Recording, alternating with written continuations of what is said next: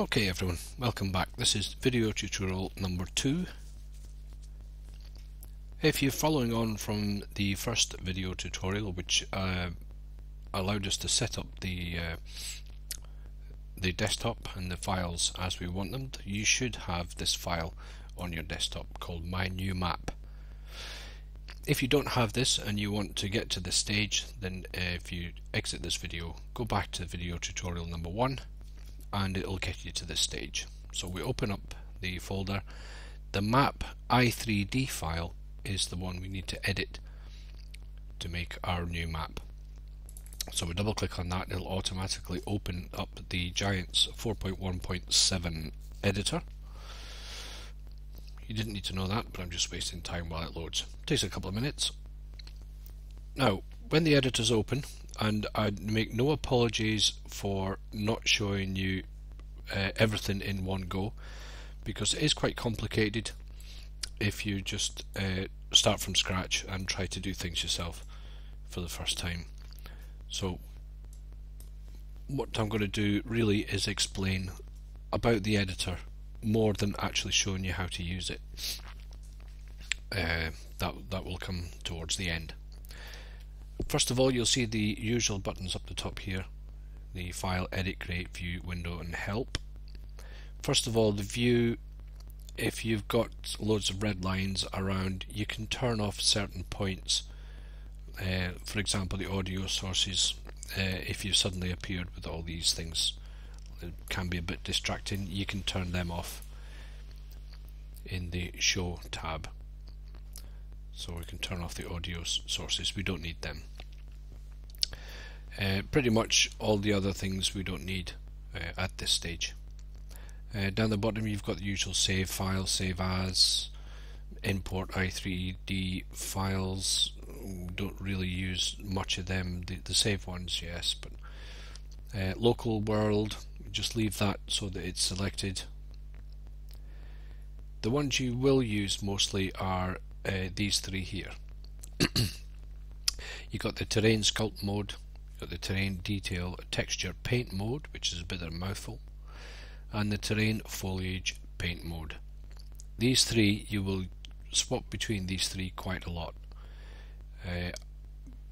I'll come to the differences between these three very shortly. The main window, as you see on here at the moment, we've got the scenograph here, and this displays in this window all the items that you've actually got on the map at the moment. For example, the farming shop, if we click on that, it's highlighted. So that's the things that are actually in the shop, in the map at this moment. The terrain editing, this is where you control what is actually pasted onto the map, which we'll come back to that in a second. Across on the right hand side, the attributes box gives you the name of the item that you've got selected and various different options here which you can change. Most of them I would recommend not changing, but you can change some of them if need be. Down at the bottom here, where it says scripting, you can change the size of this if you want a bit of information about your computer that you've just loaded the map into. It'll tell you everything there, but stuff you already know probably. You can get rid of that completely by scrolling all the way down. It makes your editing screen size a little bit bigger, but I tend to leave that open because if you're going to have an error in the map, it'll show up down here so you can see where the error is and try and rectify it. These windows are controlled from the window menu at the top here, and you can select each one that you may need as and when. This is the default setting that I have. I don't really have any need to change any of these. So we'll go through these options here in detail. This is the most important part. We'll select the terrain sculpt mode. This we need to change the height of the ground, either lower it or raise it or level it. Do any changes we want to the level of the ground. The terrain detail texture paint mode, still a mouthful, That's where you paint the default colours, textures, like the grass one, which you can see there at the moment, and you can put a few basic ones down other than that. The terrain foliage paint mode is where you would paint on a field of barley, for example. More to it than that, but we'll come back to that in a second. We'll concentrate on the terrain texture mode. The options that we're going to go through here are more or less the same on each one, but just a slight little differences.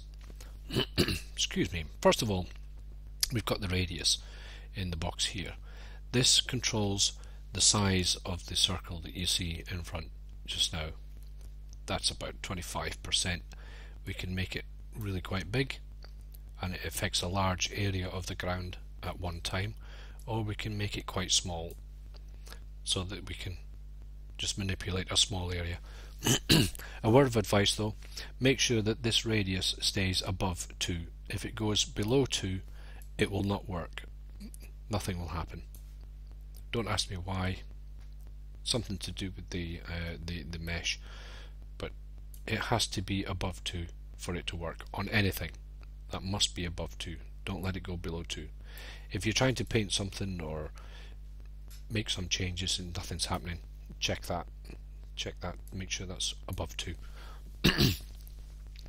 Opacity, if you wanted to paint a particular layer on top of another one, you can change the opacity so that you can see the other one through it.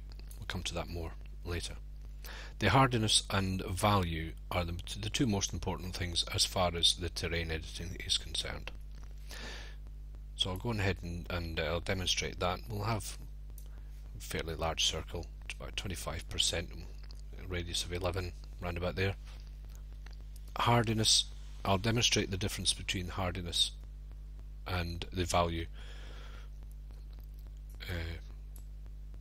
So we'll start off with 0 hardiness and just a small value, and then I'll go ahead and paint, change the land. As you can see, there's not a lot happening. If I change the value to a higher figure, you'll see there's a bigger change. Doing the same, if you click on hardiness up to about the same level and go back to the first one, and you'll see it's a bit blockier. It's not quite as smooth as the first one. Change them both up and you'll see that you get really quite a drastic effect, which you probably wouldn't want if you were trying to do something a bit delicate. Now we get to these buttons here. These are very, very important buttons. What I tend to do, and I find it very easy, is I leave the left hand mouse button on add, middle mouse button smooth, which is the default ones, and the right hand mouse button I change that to one of the other ones. We've got add and smooth there, we wouldn't need them, so it would be mostly between sub and replace. That way I know that the left hand mouse button always does add, which is add. The middle mouse button will always smooth it, and depending on what I've got selected here, the right hand mouse button will always do what I want it to do. So you can work away on the map doing various different things, and you know which button is exactly the desired effect. So add increases the land, smooth, right hand, the middle mouse button smooths it off, and all these can be controlled on these sliders here. And the right hand mouse button I've got on replace at the moment, so that'll replace it back to the original. Now it replaces it back to the original height, and that height here is controlled by this slider here. If you make a mistake or you want to revert back to the original height, this may be a completely different number and it won't work, as you can see. Pretty drastic. That's gone up to a height of 1045 meters. We don't want that. So you need to find out what this height is. The simplest way to do that is to press Control R, and you'll see that it immediately jumps to 82 point, well, it's actually 83. Excuse me. Now using the right hand mouse button and replace, and everything will go back to the original height. Now a handy little trick here is if you zoom into this maybe halfway up and you want to top that off to that height, press Control R. As you can see now it's up to 90.